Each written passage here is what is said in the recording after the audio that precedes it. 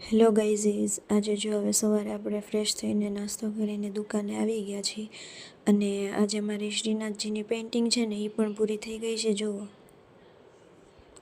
અને આજે એકચ્યુઅલીનો ઓર્ડર હતો મારી દીદીને આપવાનો હતો ને, તો એ પેકિંગ કરે છે.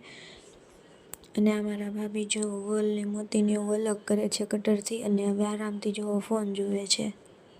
અને આજે પિઝા બનાવવાના હતા ને, તો મારી દીદી પિઝાનો સામાન લે છે. જો હવે બધું પિઝા બનવાની તૈયારી થઈ ગઈ છે, બધું કટિંગ કરીને મારી દીદી પિઝા બનાવે છે.